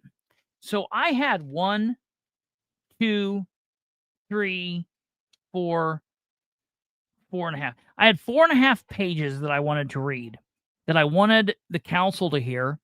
I wanted a lot of the department heads to hear, but I definitely wanted the Ridenauer administration to hear. I wanted the controllers to hear. I wanted Ridenauer to hear. I wanted anyone in his administration to hear it. So I wanted the council to hear it, but I definitely wanted Ridenauer to hear. So I said, there's some things I don't care reading right now or saying right now, because I can also send them to Dan, or I can even read it again next time. But there were some specific things, and I'm still going to hold them all from you guys, because I want to read them in the meeting for the first time and let them hear them, because I guarantee you that's not going to make Dan happy. But I'm gonna read these things in front of Dan, and so I decided to hold them off. But I end with this, and I'm going to be I mean this wholeheartedly. What you're getting ready to hear me say, all joking aside, I mean this, and I'm thankful for this. Listen to this. But this last thing I want to talk to you guys, and it's about them, and it's about a lot of you. Okay? And I mean no disrespect when I say this, but I'm just telling the truth. Okay? Councilor Powell and I are not the greatest of friends. Okay? It's pretty well stood that we have animosity between us. Okay? Every time since she's been back in this seat, she has answered every email that I have sent her. I've emailed every single one of you, and not a damn one of you can hardly ever respond. It's ridiculous. It's absolutely ridiculous. Jerry, I've known you for a long time. You've never sent me an email. I don't know what the deal is. If you can't email, you shouldn't be there, okay? Rose Solby emails, all right? I don't know that I've received an email, 2 or 3 from Councilor Gullion, 1 or 2 from McIntosh, and maybe 1 from Basham. Maybe, I don't know. But if you guys can't email, you're in the wrong seats. It's 2025. It doesn't matter if you like me or not. If I can ask Nora Powell question and she can respond, you should be ashamed of yourselves because you cannot. Okay, I just want to be clear. And that goes for the mayor, that goes for the controller, that goes for everybody that is an elected or appointed public servant. So we just have to be clear about this. This is not rocket science. We don't have to be best friends, but you have a job to do. And if you're not doing it, you shouldn't be in these seats. Okay. That's it. I guess I'll say more next meeting. Thank you. Thank you. Yeah, that's it. Okay. Now, I also want to let everyone hear, Audie gets up and does the Audie thing. I'd like to introduce myself. My name's Audie Barber. I know some of you guys know me. I know there's a lot of new faces on the council now. I haven't been up there for a while because I've been sick. I don't know what he said there. I got to find out what that meant. I don't know what he means. I thought he's been working. If he's been sick, it's the first time I've ever heard of that. I don't know what the hell he's talking about. So I don't know what he's talking about there. I've had several people ask me what that is. I have no idea. Oh, yes. You better bet your butt. I'll be filing the APRA request for communication between Shireen and Basham. So here's what I'm going to do. It's not just them, and I can mention this because I'm going to do it. It's going to be a thing. So, communications director, everybody out there, be prepared. Start looking it up now because here's what I'm going to do. I'm going to issue a records request, an APRA request for communication reference resolution 16/17-25, the fire department new firehouse resolution. I'm going to ask for communication between Ridenauer and Basham, Ridenauer and Greg Martz, Ridenauer and the bond attorney, Ridenauer and the fire chief, Basham and all of those same people, Shireen and all of those same people, Shireen and Basham. I'm gonna record request all of these correspondence, emails, things like this, over the last several months to try to get a kind of an understanding of where we've been going. So I'm just going to say this. I've heard after last month that the reason Basham pulled that last month was there's something going on and they were trying to kind of run around it and like get to the bottom of something and either stop somebody from being made look like a fool or attempting to make somebody look like a fool. And I don't know which it is. And I don't know who it is. And I don't know what the thing is.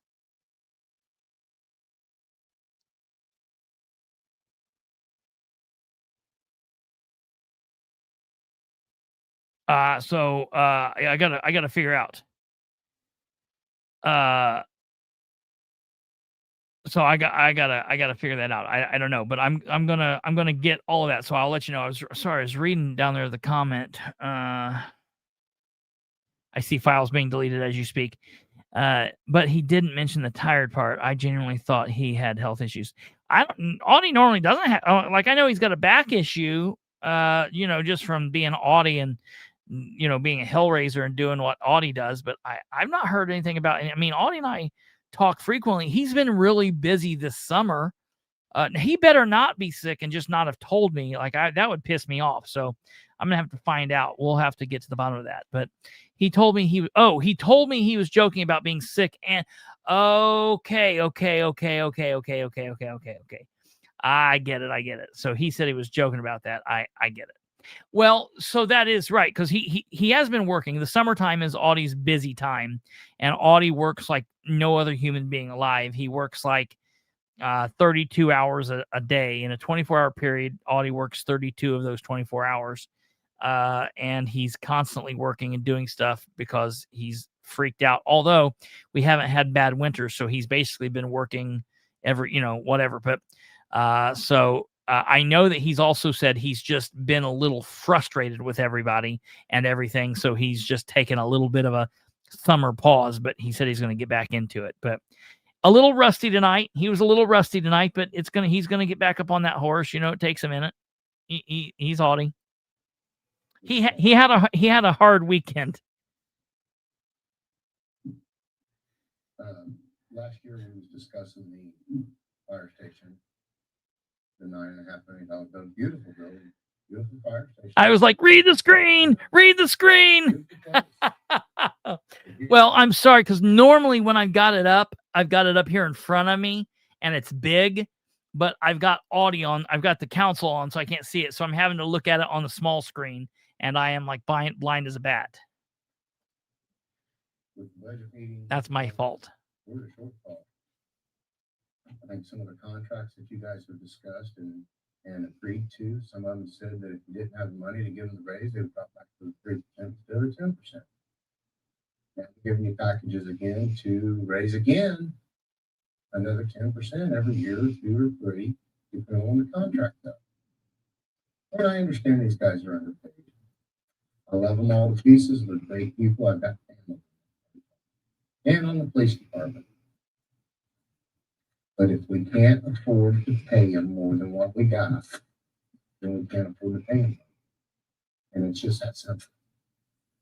It's, if you don't have the money to pay your light bill, you don't go out on Friday. Okay, we're jumping forward to Wayne Scaife. This is the last one. I understand what you said about that. Sorry everybody talking, but man, your picture, I forgot. What's happening here? I just turned 60, man. He forgot Jerry Dishman's name. Sorry, dude. So I understand what you said by talking, but kind of be up there and stop. All right, here we go. Audie's adorable wife needs to start getting vocal. She's pretty smart and good opinions from what I've... Yeah. No plans on saying anything. I love Wayne. Wayne's a good dude. Confused. Why are we not having budget meeting? Why did they? And I understand what Bilbrey was saying about the you guys met. And it should have been a public meeting. I understand what he said about that because I saw everybody talking about. For the record, and people are going to be like, oh, it's Wayne Scaife. Wayne Scaife and I did not discuss those people. Everybody's not going to believe me, and they're going to be like, it was Wayne that dimed Bilbrey out. That told Bilbrey. No, it wasn't. I didn't know he was there. Matter of fact, I thought he walked in after I did. So the fact that he was there and saw that, you know, I didn't know that he was going to say any of this. Sorry, Jerry. So I understand what you said about that, but I want to know, can y'all explain to us why we didn't have a meeting tonight? Anybody?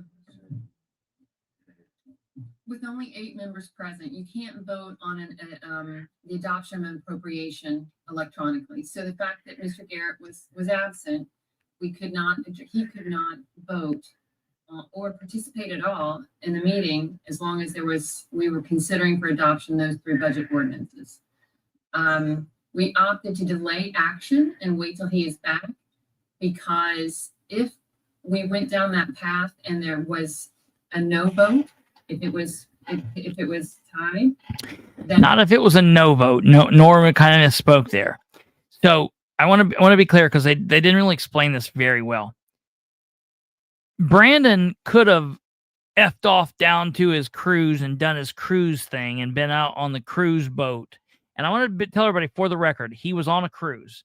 Right before we leave out of here, I'm going to show you the pictures that make me think that, because I took them. But he was on a cruise. He was on a cruise down by Mexico, wherever. That's where he's at. And because he was on a cruise, today's Monday. He's probably been on the cruise since. To my resident vacation guru, or anyone that's ever been on cruises, do cruises start on Saturdays or Fridays? When do cruises start? Fridays or Saturdays? I'm under the impression that they start on Saturday. And if they start on Saturday, that means he probably had to be there Friday. So they were at least like in Florida or something on Friday to be there and to get ready to get on the boat Saturday. And so he's been down there. So that goes back to my point. But I can prove that he was on a cruise, and I'll do it here in a minute. But if he just wouldn't have zoomed in, if he would not have been there, they could have dealt with the budget. They could have went through the budget, and they could have done it. And they could vote 8 people, and they could have passed it. If it would have passed, if all 8 people would have voted, it would have been great. If it was 7-1, it would have been great. If it was 6-2, it would have been great. But that's the situation. But what couldn't have happened is Brandon couldn't have been there and voted, and the fact that he was there, they couldn't even open it. So that's what's going on here. So take a listen to this. We ran the risk of the budget being reverted back to the 2025 total, which doesn't sound bad because we could appropriate money into those line items and make those whole. However, if we revert back to the 2025 budget, not only do we take those expenses, we also take those incomes. And so we have a $1.9 million that edit is increasing from 25 to 26 that would have been wiped out. And we have increases to public safety, local income taxes that we expect to get, and those would have been erased. And so by what we did tonight, we protected the money that's coming in because it is committed to things like the community center and different projects within the community. We wanted to make sure that we navigated his absence carefully so that we could all still have a voice, but that we wouldn't find ourselves in a position where we were harming the community. And so he will be back next week, and we will be resuming. We will not adjourn the meeting tonight. The October 6th meeting will continue on until we meet on October the 16th. When we meet on October the 16th, we will resume the October 6th meeting. And that's because we have to not only meet legal requirements, which we sought the advice of Mr. Delk and Mr. Gibson, but we also have to meet the requirements of Department of Local Government and Finance. I talked to our field rep this morning, and we were given 2 options: what we did, or start the process all over again. But we have to be able to adopt the budget by Monday, November the 3rd, or else we fall into that same category and we will adopt the 2025 budget. So we navigate it as carefully as possible so that we can all have a voice and have that discussion, but not hurt the community through forfeiting income that we would be receiving. See how easy it is. Yeah, right. They could have just, they literally, because of the way they did it, they had to discuss that 2 different times in the meeting. They had to take the time that I stopped them. They had to take the time if they would have just did that during the meeting, there would have been no harm, no foul. Or if Brandon wouldn't have hid this from everybody and he would have told everybody, or moreover, if Brandon would have said, no, I can't go on a cruise this week, I've got business to do. Now I'm laying down the law to his wife and saying, I'm a counselor, man. I got elected. I have a job to do for these people. Or Brandon needs to give the council seat up. It's ridiculous. But I'll tell you this. I want to answer what Admiral Eric asked. Eric, when you go looking for this, you'll look specifically in the Indiana State Code where they're talking about council members being able to do meetings via Zoom. So prior to COVID, the only way that you could attend and vote in a council or commissioners or whatever is if you were there. If you weren't there, you were just absent. You could not do a live streaming in. They would not take that. You're missing what he's asking. He's saying, I thought they just needed a quorum to be able to vote on a budget. Why did they need him there? They do. They 5 people. We'll 5 people could have went and voted. Exactly. So why are they wanting him to be there? It's because right. Well, it's not that they're wanting a 4-4 vote right now. Well, yes. So there's a couple different things. Number one, because if it would have been a 4-4 vote, it would have failed. But the other thing, it's not that they were necessarily wanting him to be there or not there. They wanted him to be there because it could have been a 4-4 vote, which would have been a failing vote. But the other thing is, if he wouldn't have been there, because when I first got there, Jeff Green wasn't in his seat, and I almost thought, aha, that's how they get around it. If Brandon wasn't there and Jeff wasn't there, then it would be an odd vote again. and they could vote through. That's how they could have taken care of this. They could have taken care of this very easily by having another person absent. Now, they wouldn't have wanted it to be a Republican, so that wouldn't have happened. But so that's what the issue is there. So when you go through and you look at that, you'll just want to see, because the council, after COVID, they said that people can be absent and can Zoom in. I think if they have to, it can't be more than, like, they can do it like 3 times a year. They can't do it more than that. It's like 33. It's like 33% or something like that. But yeah, they didn't want it to end up being a tie and being a no vote. So they need him to be there. So there's craziness there. Nobody understood anything. That's all we needed was an explanation. So, but since I did come up with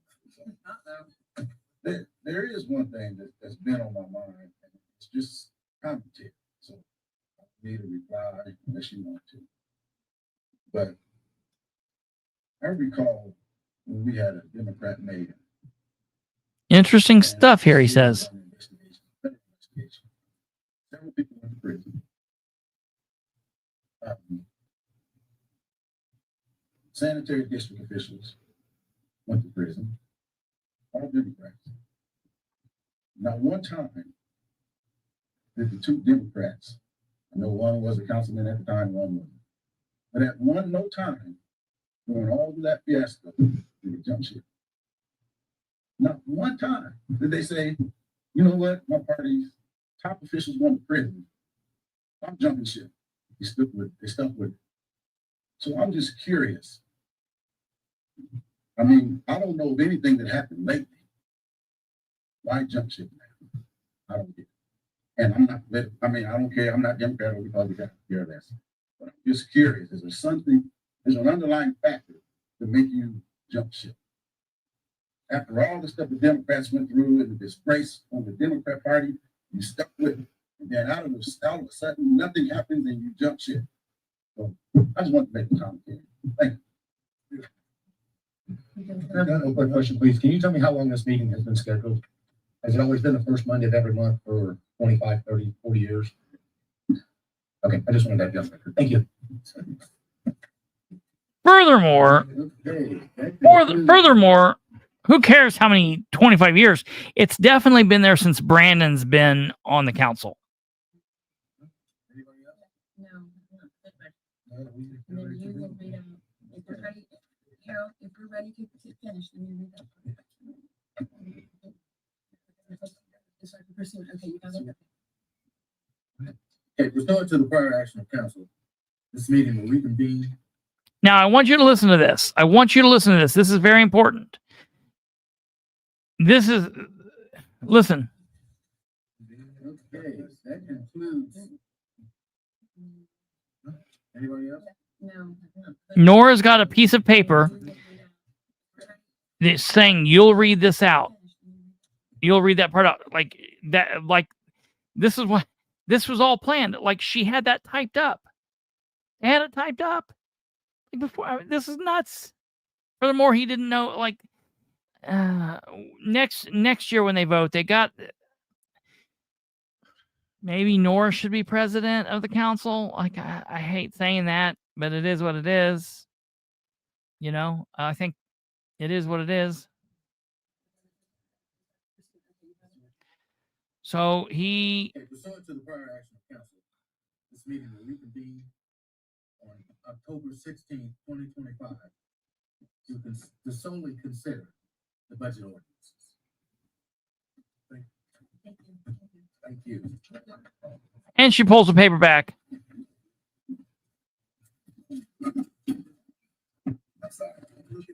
I want to know what they're talking about right there. What a meeting, man. What a shit show. So a couple of things. I'm going to issue, I got a lot of record requests I got to issue. I have a public access counselor complaint I got to file. I got a couple of different things that I'm going to do, and I'm going to keep you guys posted on this. Another very, very important thing. Tomorrow,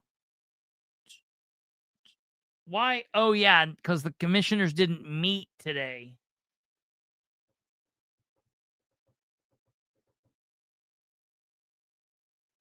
Wait, yeah, the commissioners didn't meet today. They should have met today, but because one of them wasn't there, so they're going to meet tomorrow. The solar ordinance vote is tomorrow, and I'm going to tell you, the pro-solar people have been hitting it hard. They've been writing articles in the newspaper, opinion letters to the editor, as much as they possibly can. They have been like 1000%, like absolutely, like they've put a switch on their emails, and they've been fully automatic emailing everybody, just finger blasting these people emails out as much as they could. I know what I said. I said it. Deal with it. Email. I received a message from someone the other day that said, let me see if I can pull this up. And they've been hitting this hard. They've been hitting me hard. It's just been going. Someone said, are you interested in your blog or podcast about Delaware County solar ordinance costing farmers and taxpayers millions of dollars? In the next day or so, I will have a letter from Geronimo, the developer for my farm, leaving the project because Delaware County commissioners vote next Tuesday. I said, what are you asking? I said, I'm interested in anything going on politically in Delaware County. They said they are sending a letter to the commissioners tomorrow of their intent to kill the project because of the unworkable ordinance. They would have donated $490,000 a year in edit funds for the life of the solar project. Everyone needs protection, but their decision will cost our 180-year-old farm money, whatever. So I think that's funny. It's like, no, they're not donating $490,000. They're paying their taxes, and they're putting that money where they want to put it. But that's like me saying, like, yeah, I donate money to the cable company every month. They give me free cable, but I donate them money every month, and it's my favorite charity. I would go, but we all know they don't allow public comments till after votes, which is totally ridiculous. Absolutely, totally ridiculous. Hey, Delaware County Advocate, have you been following along with what they're doing with the mental health thing out there? Have you heard anything about what they're doing with the mental health deal out at the jail? And I know that you and other people were really involved with that when they were first talking about moving all of that stuff. I'm just letting you know that the most recent thing that I have heard, is they don't have anyone to do it. They have not set aside money to fund the operational facility.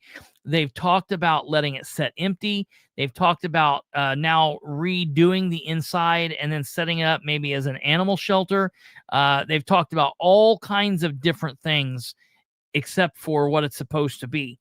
Now, I've been hearing there is a little bit of talk that they might possibly have somebody lined up, possibly that might come in and be willing to do something, but it's still very much up in the air. A lot of people not knowing what's going on with that, and it's not what they proved, but what they promised. Along with that, the Ridenauer Crisis Center is an absolute disaster. It is open 5 days a week, if that. Very few hours. They've seen very, very, very few people. They turn people away. They turn the police away. They turn paramedics away. It is a disaster. They are not seeing anybody. It is total insanity. So amazingly, we've now had a lot of money spent in the city and the county. A lot of freaking money spent on these homes, these buildings for drug rehab, mental health, and it's like, yeah, we're not going to do anything with this. It's all for show, which is exactly what I called it from day one. It's ridiculous. So, can we call it a shit show on YouTube? Absolutely. Yeah, oh yeah, it's total shit show. It's a total shit show. It's the Ridenauer shit show and the Delaware County shit show. Fully 100%. So, that's more like it, Kate. So that's it, ladies and gentlemen. I'm going to keep you guys posted more so than what Mr. Usual Craig Wright does at the Board of Works. I will definitely let you know what I hear.